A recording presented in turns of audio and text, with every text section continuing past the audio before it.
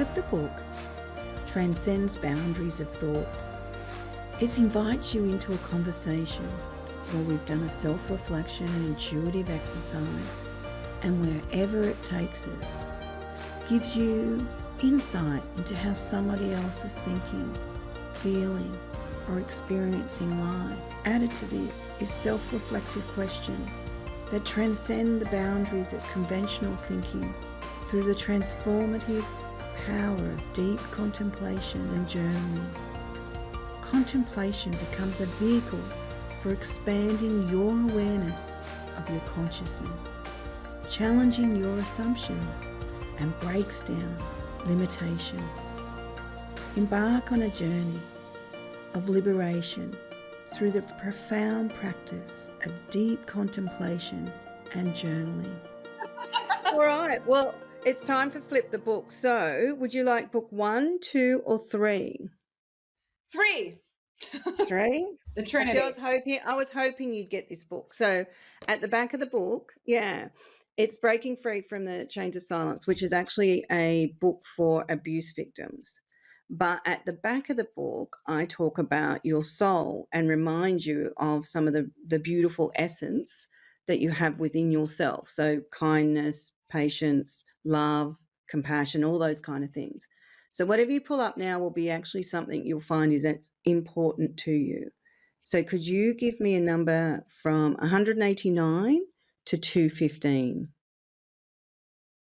193. 6 paragraphs to pick from. 3, the third paragraph. Third paragraph. So it comes under the heading of compassion. She likes that one. Self-compassion. Self-compassion is unconditional love for your own soul journey, which can be difficult when you have become accustomed to suppressing your emotions and aligning to self-loathing thoughts and beliefs. Compassion is the willingness to empathize with all souls who have embarked on the journey of life, including yourself. Compassion is the recognition that you and others experience wounds and pains from many life events that cause you to forget who you naturally are. Sort of sums up what we've been talking about. It really does. It really does. That's sort of wild that we picked, zoomed right in on that. So how important is compassion to you? Oh, it's right up there. It's maybe number 1 in terms of how we unite together. And it's definitely an idea I speak of a lot, because again, that's another concept of the divine feminine that we've lost touch with here, right? We've gotten so caught up in defending ourselves and fighting for what we think we need that we've, in a lot of ways, lost compassion for those who don't have means to defend themselves and who we see as less than. But also, compassion for people who, just as it said, lost their way, because we all embarked on this journey and we all at times misstep. And to judge another is to judge ourselves. And I think the number 1 person everybody needs the most compassion for is themselves. Because here's the thing, just like everything else, when we don't have compassion for ourselves and we're at war with ourselves, when we have that voice in our head that's constantly like, you messed up again, you always do this, then guess how we're going to feel towards others. When we are critical of ourselves, we have a critical eye of everything we see, right? Because it's so painful that's just how we learn to be. Compassion just melts you.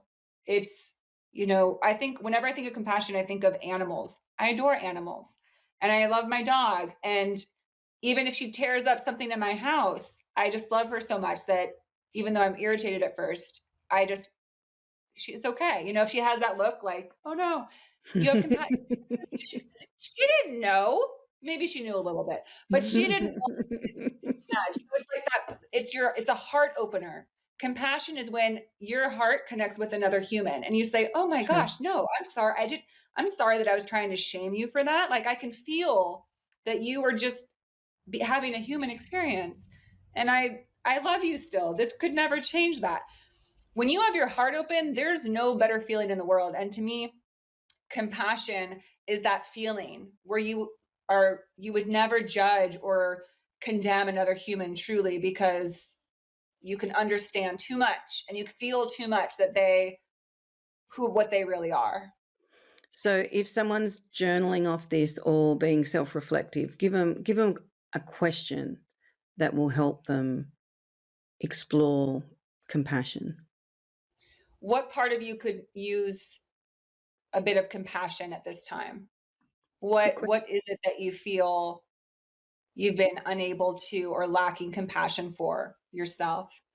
And I want to offer this because it just popped in my head, but I think one of the hardest things can be regret, when Mm, we made a choice or we did something in our lives where we say, I can never forgive myself for that. And when you can have compassion and say, well, what if I made the highest and best choice I possibly could at that moment? And maybe I made it because it helped me learn and realize again what I'm not, so I could realize what I am. Finding that compassion heals and melts away almost any sort of anger or negative feelings. So having compassion for, again, as you said, the steps we've made embarking as a soul on this journey as humans, that mm. just like a little baby, it's like you did your best toddling along the whole way. Sure, you fell over and some things you're like, oh gosh, I wish I hadn't. And it's hard. So yeah, where are you needing compassion the most? Because guess what? Here's the other exciting thing. When you forgive that part, when you have compassion for the part of the past self that made a choice that you maybe have regretted your whole life, you get to move forward into your future, because those things will hold you back. They'll Yeah, tell you true. like, well, if you had done this, everything would have been better. When you stop looking backwards, you look forwards, and it's beautiful. It's beautiful. And so that's my message to anyone is, where do you need some compassion? Because it literally is like dissolving the chains that hold you back. When you can Brilliant. shed love and compassion on it, you're free to go, baby. You're jetting off into a bright big future. The sun is shining. That's actually really good. I want to thank you for being part of the show. I've enjoyed the conversation. Me too, Lauren. Thank you so much for having me. It was such a gift. I loved having you on my show. I've gotten such beautiful feedback from when you were on an episode on Women Waken, and I really appreciate, and it was an honor to be on your show.